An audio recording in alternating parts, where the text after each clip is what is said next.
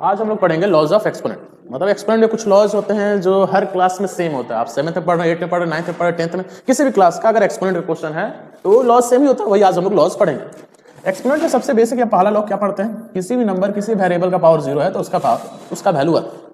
दूसरा चीज क्या पढ़ते हैं? कोई दो नंबर मल्टीप्लाई हो रहा है, दोनों का बेस सेम है, दोनों का बेस सेम है, तो उस केस में पावर को जोड़ देते हैं। एक नंबर दूसरे नंबर को डिवाइड कर रहा है तो उस केस में पावर को सब्ट्रैक्ट करते हैं। अगर कहीं पर किसी का पावर है, फिर ब्रैकेट यूज किया है, फिर पावर है, तो उस केस में पावर को मल्टीप्लाई करते हैं। और इसके बाद हम लोग पढ़ते हैं, अगर किसी भी दो नंबर मल्टीप्लाई हो रहा है, ये और भी, दोनों का पावर सेम है, तो उस केस में क्या करते हैं? उन दोनों का होल पावर हम लोग लिख सकते हैं। और ये डिवाइड के केस में भी हो सकता है, लेकिन प्लस और माइनस के केस में नहीं होता है। इसके बाद क्या पढ़ते हैं हम लोग?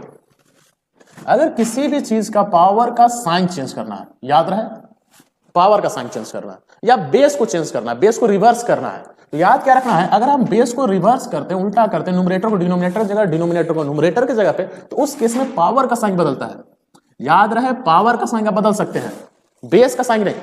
बेस अगर प्लस है तो वो प्लस ही रहेगा, माइनस है तो माइनस रहेगा, बेस का साइन अपने आप नहीं बदल जाएगा। हाँ, जैसे प्लस है तो माइनस, वैसे अगर माइनस होगा तो वो प्लस में भी हो सकता है। और लास्ट हम लोग पढ़ते हैं एक्सपोनेंट का लॉ। अगर कोई दो नंबर इक्वल है, जैसे कि a का पावर m एक नंबर है और दूसरा a का पावर n दूसरा नंबर, अगर दोनों इक्वल है, अगर दोनों इक्वल है और दोनों का बेस भी इक्वल है, उस केस में पावर इक्वल हो जाता है, मतलब m बराबर n। लेकिन यहां पे आपको एक चीज याद क्या रखना है कि ये जो लॉ है वो 1 पर अप्लाई नहीं होता है।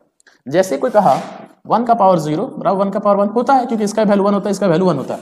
उस केस में अगर इस लॉ के हिसाब से देखा जाए तो बेस इक्वल है तो पावर भी इक्वल होना चाहिए था। लेकिन एक का पावर 0 है, एक का पावर 1 है, तो क्या हम 0 बराबर 1 लिख सकते हैं? नहीं।